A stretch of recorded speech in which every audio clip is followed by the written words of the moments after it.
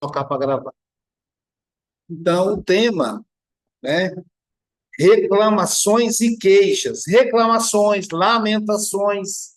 Eu quis começar com o vídeo do J Quest, porque as lamentações e as queixas, elas nascem dentro de nós. Depois a gente verbaliza. Então, por isso que a letra é: em dor, eu não te escuto mais. Você não me leva a nada. A gente escuta a dor, ela vai ocupando espaço dentro de nós e se transformando em queixas, em reclamações. Como psicanalista, eu não posso jamais propor que a gente ignore a dor. Não é essa a ideia. A dor precisa ser escutada. Então, a letra, talvez, ela seja um pouco exagerada nesse aspecto. A gente deve escutar a dor. E, mas essa escuta da nossa dor, que é sempre interior, mesmo a dor física, ela tem sempre origem interior. Então, para a gente escutar essa dor, deixa eu desligar aqui para poder não. Para a gente escutar essa dor, a gente precisa parar, pensar o que é que ela quer dizer para nós. E não é escutar no sentido de dar. Opa, oh, passou. Deixa eu fechar aqui. Não é ignorar a dor, mas também não dar à dor aquela atenção que ela está ocupando em nossas vidas. Eu acho que a dor ela é como visita. A dor é como uma visita. Ela chega e o que a gente faz com a visita? Nós que moramos em Guarapari, a gente recebe muitas visitas, não é não? Nossos familiares, a maioria das pessoas que moram aqui são mineiros, e mesmo que sejam de outras cidades, outros estados, ainda assim é uma cidade belíssima, como a última vez que o pessoal contou tinha 32 praias, mas tem mais, já descobriram novas. Então é um paraíso terrestre, que todos querem estar. E nós temos o privilégio de morar aqui. Então, é natural que familiares, amigos, queiram nos visitar. Mas como é que funciona a visita? Não só aqui em Guarapari, mas em qualquer lugar do mundo. A gente, quando a visita chega, o que a gente faz? A gente coloca os melhores talheres, forra a mesa, né? A roupa de cama cheirosinha, toalha, que é para agradar, porque quem vai, eu sempre digo, quem entra na minha casa são meus amigos. Eu não convido quem não é amigo. Então, porque meu lar é um local sagrado, a pessoa tem que entrar porque ela gosta de mim. Então, não tem por que eu levar uma pessoa por motivos políticos, ainda que não seja político partidário, porque também no meio espírita tem os motivos políticos. Então, não dá. Então, a gente, aqui, por exemplo, nós temos na mediúnica, às vezes, quando a gente faz, agora paramos um tempo, né? Fazemos o evangelho no lar. Então, cada vez é na casa de um dos membros do grupo. Então, significa que quem está indo ali é uma pessoa que quer bem. Então, a gente prepara tudo certinho, né? Eu até me lembrei agora da história da Ana Luísa, minha filha caçula. Quando a Ana Luísa era pequena, uma das vezes que eu viajei para a Europa, para os Estados Unidos, viajei para o exterior para fazer palestras. Quando eu voltei, eu perguntei: e aí, Ana Luísa, como é que foi aí? Como é que foi esses dias aí? Foi bem, pai. Pai, eu quero te contar uma novidade. Aí eu falei: qual é a novidade? Sabe aquela amiga da mamãe a tia Cida, que mora em Portugal, ela veio nos visitar. Aquele prato, papai, que tem borda de ouro assim em volta, que mamãe nunca usou, mamãe desceu ele. Xícara. Papai tinha dois, três tipos de suco. Mamãe comprou iogurte, bolo, mas.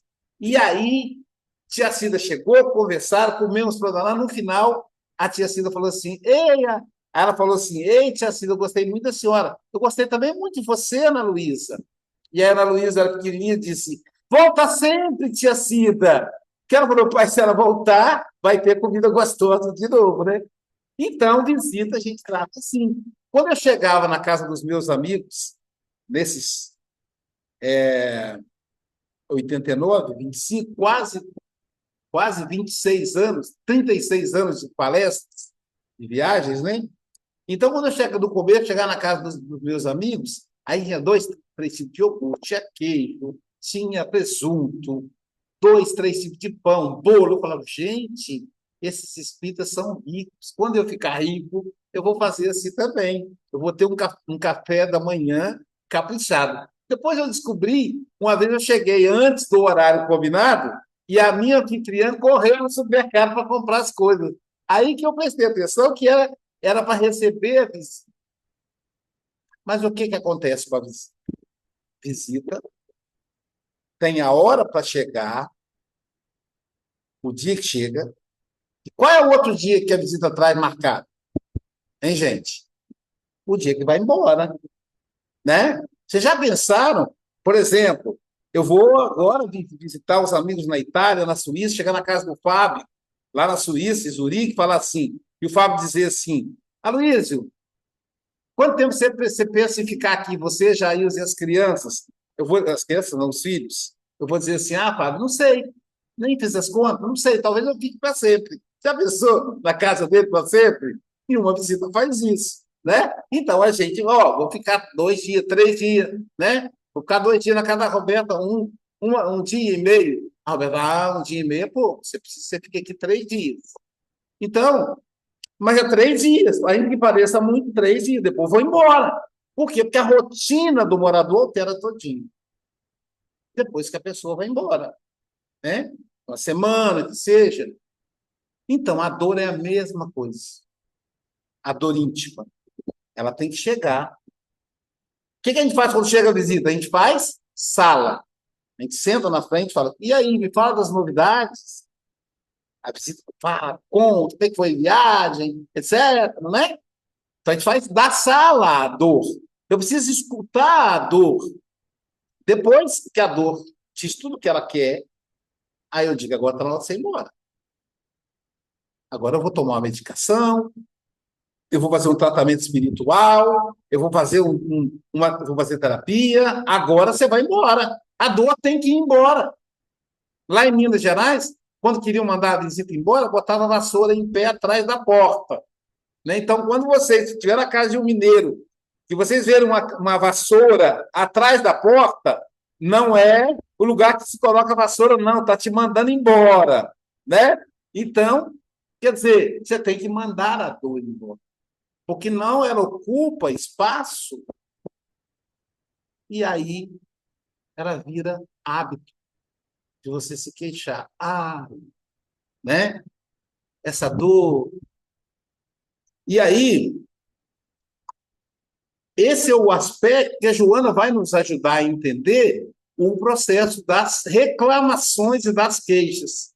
Aí a Joana fala que as reclamações, as queixas, a reclamação ou a queixa, ela é um processo lento, mas sistemático. Tem pessoas, alguns de nós, que reclama sistematicamente. O que é sistematicamente? Sempre, rotineiramente. Rapaz, você já viu o calor? Calorão tá? Nossa, que calorão! Meu Deus, eu não vou aguentar desse jeito. Quem vai resolver ficar reclamando do calor? Fala para mim.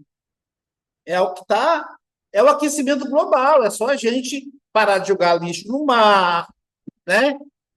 Evitar usar sacolinhas, e mais algumas coisas, e mais os governos também, parar de desmatar, parar de estimular o agronegócio, que fica plantando quilômetros e quilômetros de soja, não deixando a mata, não derrubar as árvores. Então, uma série de coisas que a gente pode fazer, além de reclamar, que aí sim vai ter eficiência. Pesquisas comprovam que bairros e cidades arborizados são menos quentes do que os lugares que não têm nada. Me cortou o coração quando eu vi o meu vizinho da frente derrubar 3 árvores castanheiras. E ele falou, fui reclamar e falou, não posso, eu preciso, minha construção aqui prevê que eu tenho que derrubar essas árvores. Terreno é dele, vou fazer o quê? Aí eu olhei que no meu não tem. Como é que eu vou reclamar terreno dos outros se eu não tomei esse cuidado de reservar um espaço para as árvores? Então, a gente não tem isso. O engenheiro, o arquiteto, ele não prevê isso. A gente vai subir, subir. Ainda mais pobre, né? Ocupa tudo enquanto espaço do terreno para poder construir. Então, vira um hábito sistemático. Quem está no frio, nossa, mas que friagem. Meu Deus, eu não gosto do frio. Ah, o frio não deixa de sair, não sei o quê. Aí o outro fala, nossa, agora está nevando. A neve só é engraçado, só é bonito para quem está longe. Quem está perto não é fácil. Tem que todo dia papar, tirar a neve e cuidar de onde andar, senão desliza. Ou seja, passa a ser sistemático. É uma... Joana fala que a queixa ela tem origem no instinto agressivo. Olha que interessante. Instinto agressivo. Ou seja, o queixoso, ele quer agredir. Só que ele não sabe quem. Então, ele começa a agredir quem? Ele queixa-se do clima, ou seja, de Deus. Ele se queixa do governo. Ele se queixa do vizinho. Ele se queixa da mulher, do marido, dos filhos, dos pais, da empresa, da casa espírita. Então, é um caso sério que a gente se perde. E aí, mas é o nosso instinto agressivo. Por que é o nosso instinto agressivo? Quem se lembra de momentos de queixa do Chico Xavier? Está tudo bem, vamos orar, é assim mesmo. Então, as almas que conseguiram vencer a violência, deixaram de ser violentos, elas não se queixam. E, de novo, se você precisa se queixar de alguma coisa, você tem que ter o lugar certo para isso e não soltar. Os judeus utilizam o Muro das Lamentações. Eu ia até passar, mas eu sei que fosse atrasar. O Muro das Lamentações, que é um lugar que a palavra tem um significado simbólico, porque o Muro das Lamentações foi construído por Herodes o Grande, antes de Cristo. Para poder, ele construiu um castelo imponente em Jerusalém, ele mandou aterrar para cobrir aquela civilização que estava antes dele, naquela região, construiu aquele castelo imenso.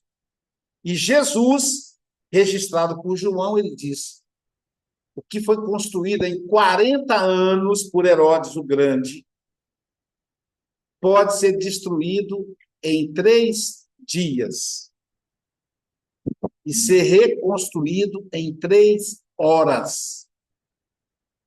Então, ele estava fazendo ali uma profecia, tanto que Jerusalém foi destruída em 3 dias, ou em a quantidade disso que eu não me lembro. Mas o que ele quer dizer reconstruído em 3 horas? Aí é uma lição, as mensagens de Jesus, acima de tudo, são mensagens psicológicas. Ou seja, a dor que foi construída em 40 anos, se eu tenho um problema na coluna, Quem é que fez esse problema? Se eu tenho uma gastrite, quem comeu mal? Quem alimentou pensamento raivoso durante 40 anos? Se eu tenho um câncer, desenvolvi um tumor, quem que alimentou mágoa ou culpa durante décadas até que a célula se desequilibrasse e formasse o tumor maligno ou a neoplasia? Mas aí Jesus vai dizer assim, isso pode ser derrubado em 3 dias. Ou seja, todo esse processo pode ser resolvido num prazo mais curto. De que maneira? O otimismo. Olhar não o presente, mas a realidade espiritual. Se colocar como um ser espiritual. Eu sou um espírito que tenho um corpo temporário, uma matéria. E como toda matéria, ela é deletéria, ela se desgasta. Se eu viver 100 anos, ainda assim, perto da imortalidade, é nada. Agora a máquina vai desgastar. O homem mais velho da Terra é um indiano, que tem 149 anos. Sabe qual é a mensagem que ele traz? Ele tem medo de não morrer.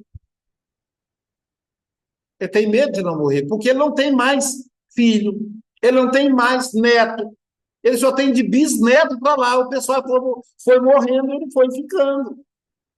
E ele falou: hoje eu tenho medo de não morrer. A cultura dele é contra o autocídio, é contra o suicídio. Ele não vai se matar. Ele tem que esperar uma morte natural. Só que já tem 149 anos e ele ainda não morreu. Mas ele sabe que o corpo é perecível e que o corpo vai morrer. Por isso que ele fala que ele tem medo do corpo não morrer, porque o espírito sobrevive. Então, qualquer que seja o processo que eu esteja vivendo, primeiro ponto é eu me localizar. Eu sou um espírito. Isso vai passar. Como disse Maria, mãe de Jesus, ao Chico Xavier, isso também passa. E não tudo passa. Tudo passa é do Agnaldo Timóteo, né? Agnaldo Timóteo tem uma música tudo passa, tudo passa. Isso é do Agnaldo Timóteo. O que Maria, mãe de Jesus, falou para o Chico Xavier, isso também passa. Então, o Emmanuel falou 3 palavras, tudo passa, são só 2. Então, isso também passa. Qualquer que seja a situação que estejamos vivendo, isso também passa. Até as alegrias. Até as alegrias. A matéria é perecível. Então, Joana nos convida a pensar saúde ou doença, trabalho ou desemprego, alegria ou tristeza, calor ou frio. Tudo isso vai passar. Isso também passa. Então, mas nós nos queixamos. Que calor! Ah, meu Deus! Vocês já viram alguém dizer assim, olha, a coisa está tão boa que estou até com medo. A pessoa reclama que tá bom. Olha, eu acho que vai acontecer alguma coisa ruim. Como é que você está? Eu estou bem. Como é que está a sua vida? Está boa, mas estou até com medo. Então a gente se queixa até que está dando certo. Né? Se você tem um trabalho, você reclama do trabalho. Se você fica desempregado, você reclama do desemprego. Né? Então a gente acostumou a reclamar. A minha mãe contava uma história para a gente quando a gente era criança, de uma empregada que trabalhava numa casa muito rica, gente muito chique. E aí ela dizia para outra empregada, colega dela, você vê como é que são as coisas, né? Uns com tanto e outros com nada. A gente aqui ganha uma miséria, trabalha com dificuldade, e eles aí nada no dinheiro. Quem me dera ter a vida dos meus patrões. E nessa casa, um dia a patroa chegou e flagrou a empregada falando. E ela estava chegando do hospital. Ela havia recebido um diagnóstico de que a filha pequena estava com um problema nas córneas e que iria ficar cega pouco tempo. E precisava de uma doação. A única maneira dela recuperar, dela ver, era um transplante de córnea. E aí a moça estava falando, poxa, esse povo nadando dinheiro. Aí a patroa falou para ela, você tem 2 óbitos. Claro, uma senhora, todos temos, disse a empregada. O patrão disse, então faz o seguinte, me dá uma córnea, um olho só, e eu te dou tudo que eu tenho. Que a minha filha, se ela tiver uma córnea, ela vai conseguir enxergar por um olho. Ela vai perder a vista completamente. Eu daria tudo que eu tenho para que ela não ficasse na completa escuridão. E a empregada disse, Deus me livre! Então, você é muito rica. Então, tudo é questão de foco. E aí, Joana vai dizer que a reclamação, a queixa, reclamar de tudo, se torna um vício e incorpora no nosso comportamento. Aonde a gente vai, a gente reclama. Quando não somos nós os reclamões, a gente fala, olha, fulano, eu não gosto de ficar com ele, porque só chegar perto, ele é tão negativo. Ele vem, começa a falar, e, nossa, me dá uma tristeza, me dá a energia cai. Veja, a gente reclama, a gente questiona, a gente censura o reclamão. Mas, às vezes, nós é que somos os queixosos. Meu amigo diz que tem um amigo que está sempre se queixando. Aí diz ele que já tenta levantar o astral, a moral desse amigo queixudo. Então ele diz que fala assim, olha, a coisa está muito difícil e tal. Está muito difícil, mas se você perceber, olha esse prato que a gente está comendo. Olha que comida gostosa. Aí o amigo diz, não é ruim não. Nem assim ele elogia, Luiz. Vai passar um... Aí eu tá reclamando, mas sua esposa é muito bonita. Ela não é feia, não. Então ele não consegue falar o lado positivo. Então isso incorpora no nosso comportamento. E nós nos tornamos, diz a Joana, azedos e desagradáveis. Vê que ela vai direto na ferida. Será que eu quero ser desagradável, azedo? O que é azedo? Quer dizer, alguma coisa que não é palatável. E fomenta, diz ela, distonia, neuroses, distonias íntimas. Porque o hábito de reclamar, o hábito de queixar, faz com que a gente comece a desenvolver perturbações. E ela fala do aspecto psicológico.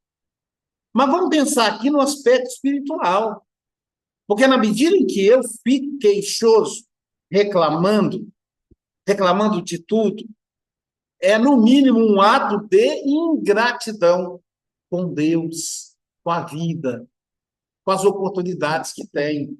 E essa ingratidão, essa insatisfação, vai fazer com que eu sintonize com entidades desencarnadas que estão na mesma sintonia. Porque o vício de reclamar, o vício de se queixar, ele é do espírito, ele não é do corpo. E tudo aquilo que pertence ao ser moral, tudo aquilo que pertence ao espírito, quando eu desencarno, eu levo comigo. Vai comigo. Então, a pergunta é essa. Eu quero atrair pessoas desse tipo? Se me incomoda o queixoso encarnado, lembra dos 7 anões, o resmungão? Acho que é resmungão, como é o nome dele? Apelido é isso mesmo, né? Zangado, né? O zangado dos 7 anões. Então, se eu não quero Se eu acho desagradável pessoas encarnadas, imagine uma legião de espíritos naquela mesma sintonia. E aí vai aumentar ainda mais a queixa. E aquilo vai me levando a um processo depressivo. Que eu começo a olhar para a vida e só vejo coisa errada, tá vendo? Olha, de tanto eu falar, eu começo a sentir. Eu falo, estamos à beira de uma terceira guerra mundial. Já viram o que o presidente do país tal está falando? O que o presidente do país tal está dizendo? E aí eu começo a me queixar. E daí eu queixo do preço da carne e do preço do carne. Essa pessoa está dizendo que o quilo de café está, o pacote de 250 gramas de café está R$ 30. Acabei de sair daqui, fui no Carona aqui perto, R$ 10,98. Quer dizer, mas por que estava dizendo que era 30? Porque ele escutou. Então, a queixa, ela se reproduz na internet. Ela se reproduz nas redes de comunicação. E hoje é acessível, você pode pegar ali, está ali disponível para você ver. E a gente reproduz, sem perceber. Somos reprodutores das más notícias. E a má notícia não traz bem. Eu, sinceramente, se eu tivesse conhecimento e recurso, eu ia criar um canal de TV aberto, só para boa notícia. Então, Aloysio, você propõe que as pessoas fiquem alienadas da vida? Não. Se a pessoa quer ver má notícia, ela liga os outros canais. O jornal da hora do almoço, que é o que eu consigo ver aqui do Espírito Santo, todos eles. Estou falando do Espírito Santo, porque cada estado tem o jornal local. Gente, se torcer, sai sangue. É horrível. É horrível. E todos os canais abertos, todos. Tinha um canal, só um, que não tinha má notícia. Aí a reportagem deles era curtinha. Porque não tinha má notícia, então não tinha tempo. Então, ao invés do jornal durar 40 minutos, durava 20. Aí eles aumentaram o tempo. A partir de agora, o Espírito Santo Notícia, vou tentar aqui o nome, terá 1 hora de duração. É só má notícia. Só má notícia. Então me deprime, eu digo, não vou ver. E é ruim, porque eu queria me informar. Aí na hora eu não ligo. Um dia desse eu falei, ai meu Deus, quem sabe eu dou sorte de pegar a hora que estão dando a boa notícia. Mas eu dei sorte. Estava falando de um processo cultural, apresentação, Guarapari, não sei aonde, ai, que pouco. Consegui uma hora que não estava passando má notícia. Então, espalhar a má notícia, escutar a má notícia, oferecer o nosso ouvido ou os nossos olhos para a má notícia, faz com que atraiamos espíritos nessa mesma diapasão e adoeçamos. Depressivo olha para baixo e só pensa coisa ruim. É ou não é? E onde é que começa a depressão? Será que não é ouvindo má notícia, lendo má notícia, alimentando-se da má notícia, se queixando em exagero?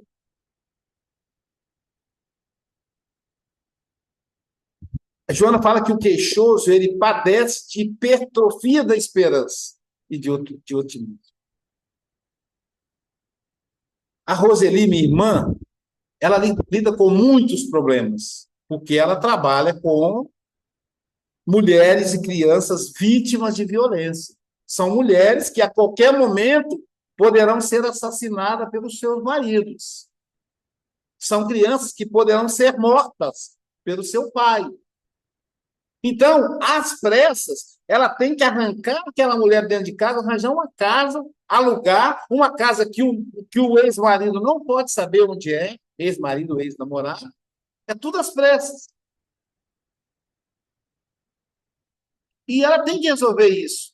E ela desenvolveu um processo para ela não cair no pessimismo, na queixa, que ela diz assim, Aloysio, para mim, eu ponho foco na solução.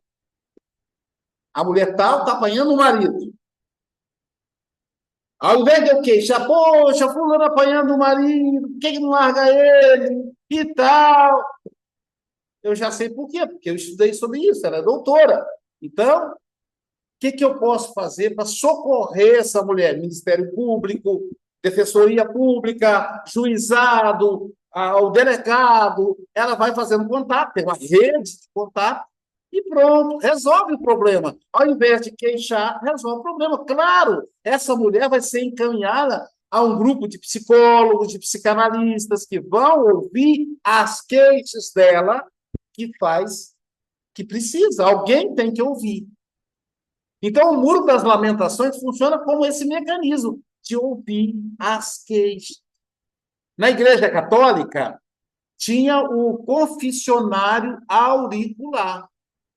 O padre, ele era um escutador de queixas. Ele ficava dentro de um lugar lá, uma cabinezinha, com treliça, não dava para a pessoa ver, ele escutava, e ali ele orientava espiritualmente aquela pessoa. E a pessoa saía dali aliviada, é para isso. O pastor nas igrejas evangélicas, no centro espírita, a gente tem o atendimento fraterno. Não é? Não é a terapia fraterna, é atendimento fraterno. Ou seja, um trabalhador espírita para, escuta as queixas daquela pessoa, orienta espiritualmente, um passe, culto lar, palestra, estudo, leitura de um livro, e encaminha a pessoa. Porque o que a Joana está criticando aqui são aquelas no dia a dia, a gente viciar. É no boteco, é quando encontra os amigos, é na casa espírita, até na reunião mediúnica. É um perigo. 10, 15 minutos antes da reunião, o médium deveria chegar e ali se concentrar, mentalizar Jesus. Aí um fala assim, você viu como é que está a cidade? A outro, nossa, está horrível. Outro, nossa, horrível, tá? É o calor. O calor não está, ninguém está aguentando. O outro diz, mas tá um problema, viu? Lá em casa nem te conto. E reunião vai sair depois disso. Né? Quantas vezes a gente se pega fazendo isso? Eu não estou apontando o dedo para o outro, estou me colocando no meio. Quantas vezes a gente se pega fazendo isso? Então, quando a gente perceber que tem um companheiro ou companheira que poderia ser eu, poderia ser um de nós, vamos fazer a leitura, quem tem aí no Sabedoria, para poder cortar, porque senão a coisa anda. O médium tem que chegar mais cedo mesmo, mas não para poder se queixar. Porque como é que ele vai trabalhar depois? Já pensou um médico do pronto-socorro reclamando da vida? Quando chegar o acidentado, como é que ele vai socorrer? Concluindo, Joana vai dizer o seguinte, né? Estabelece no teu cotidiano o compromisso de solucionar dificuldades. Como diz a Roseli, foco na solução. Então, eu assumo o compromisso de solucionar as dificuldades que vão surgir, né? Ao invés de ficar falando dos problemas. Silencia o queixoso. Então, além de eu não me queixar, ou me queixar no lugar certo, no consultório, junto ao sacerdote, além de eu ter que fazer isso, eu tenho o dever de silenciar quem está se queixando. Olha, hoje, rapaz, você tem visto como é que está o aquecimento global? Está quente demais. Mas isso vai passar. Deus tem sempre uma boa missão para nós. E olha só, está muito calor, mas o pessoal que trabalha com ar-condicionado está ganhando dinheiro para danar. Que bom. O pessoal está na praia e está dando dinheiro para quem mora aqui em Guarapari. Tenta silenciar o queixoso, diz a Joana, propondo-lhe fazer o melhor que lhe esteja ao alcance. Então, você está reclamando de quê? Do seu casamento? O que pode ser feito para melhorar o seu casamento? Porque se eu ofereço o ouvido para ele, daqui a pouquinho eu estou igualzinho. E ela fala uma coisa assim, para mim, muito clara. Ela fala, o queixoso, e isso, gente, é para nós, não é para ficar pensando no vizinho, no meu cunhado, na minha irmã. Não, eu penso em mim. O queixoso normalmente gosta de indolência. Ou seja, ele está ocupado em se queixar, ele não está trabalhando. Normalmente, se ele arrumar uma tarefa, um trabalho para ajudar o próximo, ele não vai se queixar. E ele se compraz no pessimismo. E aí, uma conversa que eu tive com o Renatinho,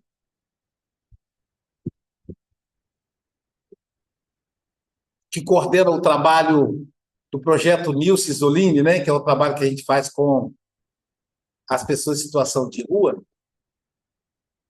Renatinho disse para mim assim, Aloysio, eu ficava incomodado desse pessoal que fica pedindo esmola, pedindo dinheiro, que mora na rua. E eu dizia, não dou dinheiro. Se eu der dinheiro, então comprar droga. Até que um dia eu falei, mas e se eu der comida? Aí não vou precisar comprar droga. Aí começamos o trabalho de fazer comida para eles, para que eles pudessem ter um jantar, uma vez por dia, ter uma comida de jeito. Os marmitex é de dar água na boca, não é, Manuel? Né, Carlos? Então, ele falou, aí comecei a dar comida. Comecei assim, o que adianta dar comida se vocês continuam usando drogas?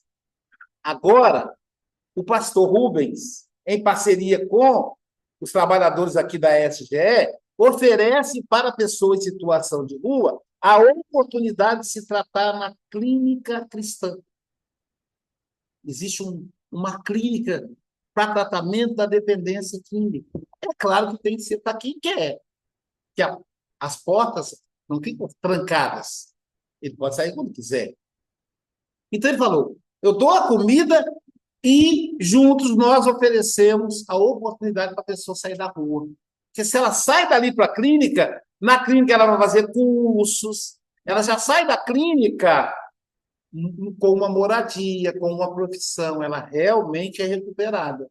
Então, ao invés de queixar, fazer alguma coisa. E aí ela encerra dizendo, para a gente não se queixar, põe sol e beleza nas tuas paisagens. E aí eu lembrei da música. Como é que é? E se tiver... Como é que é? Ei, dor, eu não te escuto mais. Você não me leva a nada. Ei, medo, eu não te escuto mais. Você não me leva... E se quiser para... Isso. E se quiser saber, o pessoal todo não sabe a letra, ó. E se quiser saber para onde eu vou, para onde tenha sol, é para lá que eu vou. Olha só, para onde tenha sol, é para lá que eu vou. Por isso que eu coloquei a música, porque Joana encerra a mensagem dela dizendo assim: põe sol e beleza nas suas paisagens mentais. Põe sol. Tá difícil? Bota o sol. Tem cada pessoa passando provas tão difíceis, gente. Filho usando droga, companheiro que está fazendo tratamento de câncer, sabendo que pode perder a vida, não sabe se ele vai conseguir vencer isso. Mas está lá firme, põe o sol, com alegria, fazendo atividade física conosco, trabalhando na casa espírita. Não podemos desistir. Põe sol e beleza nas tuas paisagens.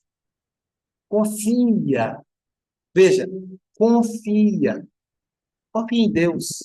Confia. E trabalha. Não é só confiar, não. Confia e trabalha. Porque sempre alcança a meta que busca. Encerra ela com o texto. Então, que Jesus nos abençoe agora e sempre.